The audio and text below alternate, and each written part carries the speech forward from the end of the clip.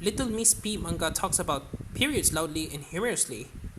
Little Miss P, a manga series originally published as a webcomic, talks about the subject of menstruation loudly and humorously by creating an anthropomorphized period called What Else? Little Miss P. Each chapter introduces us to a different set of characters, but menstruation is always the theme. Little Miss P like to show up and announce, punch the woman in her gut with a period punch, and then maybe beat her up a little more. Any woman who's experienced painful method periods will know exactly what those punches symbolize. Then little Miss P will hang out, maybe offer some words of advice, maybe just hover obsessively. Little Miss P is followed by its sequel, Little Miss P the Second Day. The follow-up volume, despite the title, is not about periods during the second day. It's about them in general. The story in these two volumes run the gamut with everything from realistic scenarios, minus the literalness of Little Miss P, to science fiction space travels to a zombie outbreak.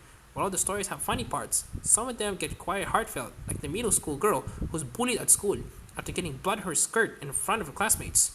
One story tells a fictional take on Yoshiko Sakai, who developed Japan's first sanitary napkins, which have been referred to as Anne napkins.